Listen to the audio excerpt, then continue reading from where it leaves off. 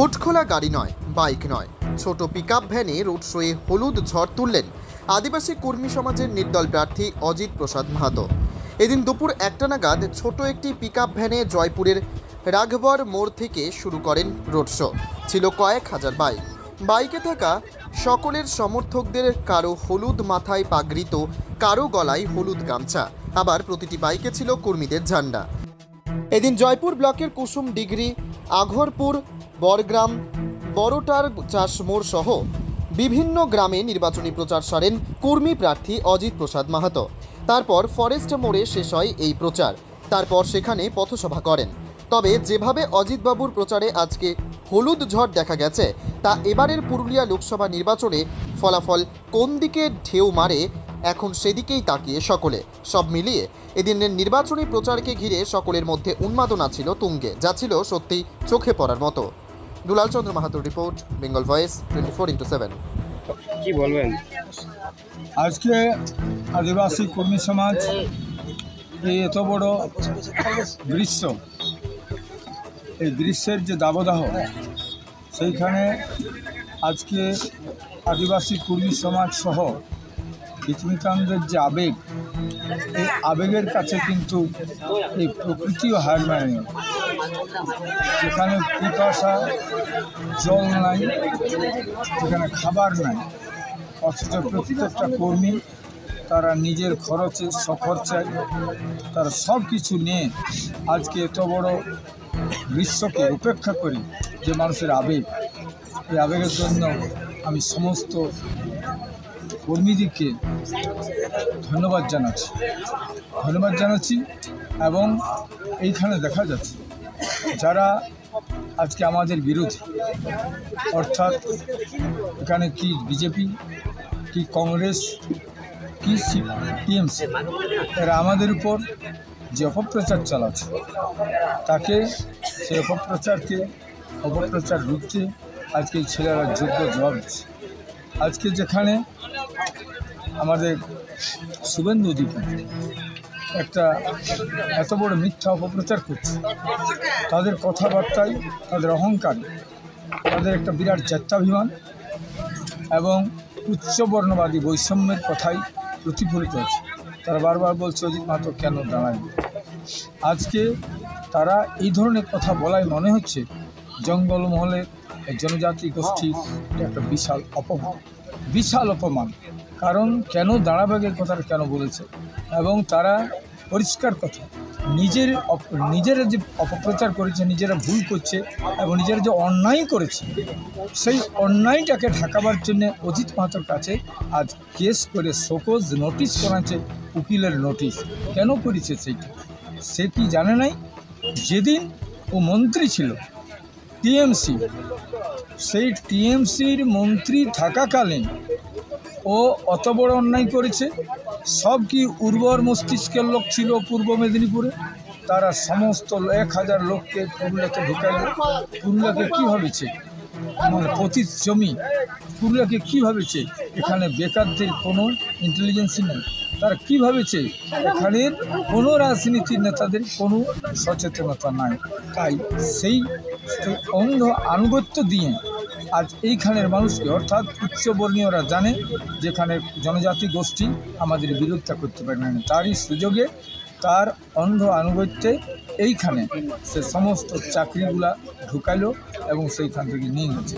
এবং এইখানে যে আমাদের মন্ত্রী ছিল সেই সময়, অর্থাৎ আমাদের শান্তিরাম মাহাতো, এও কিন্তু সেটা চোখ বুজে স্বীকার করছে, কারণ সে প্রতিবাদ করে। তাই আমরা বলবো, এইভাবে জঙ্গলমহলের উপর যে কলকাতার বাবুদের একদিকে আক্রমণ, উচ্চবর্ণীয় আক্রমণ এবং সাংস্কৃতিক আগ্রাসন আজকে আমরা শিকার হচ্ছি।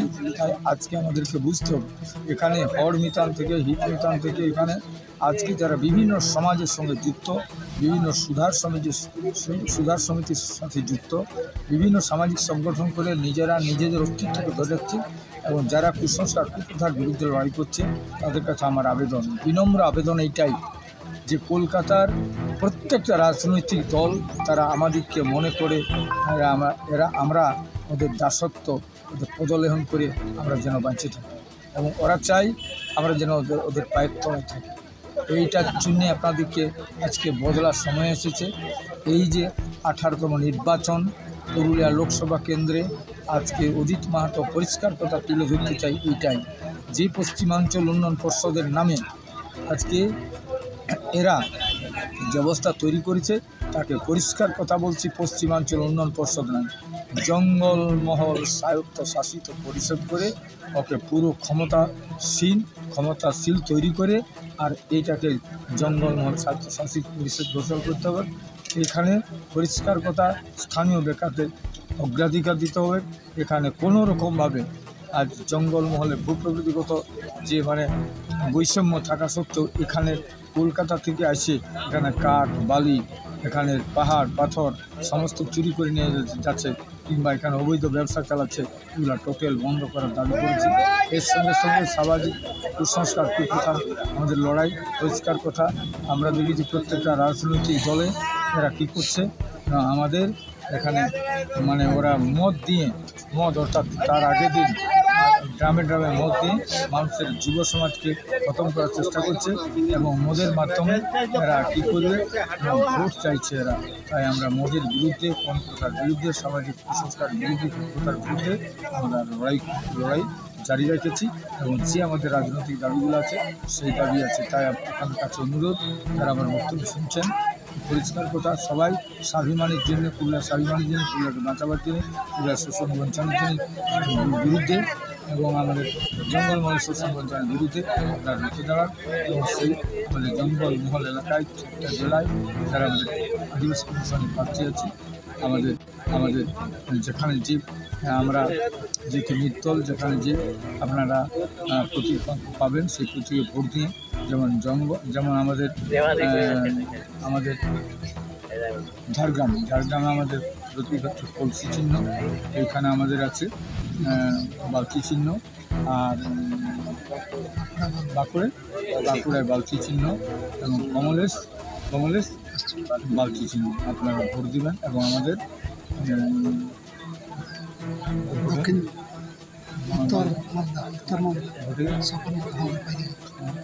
ভোট হয়ে গেছে। তাই এইখানে আমাদের জঙ্গলমহলে এই প্রার্থীকে ভোট দিয়ে আপনারা কেমন। আজকে কোন কোন এলাকায় প্রচার হলো? আজকে আমরা এটা জয়পুর ব্লকের গ্রামে অর্থাৎ আমরা শুরু করেছিলাম আমরা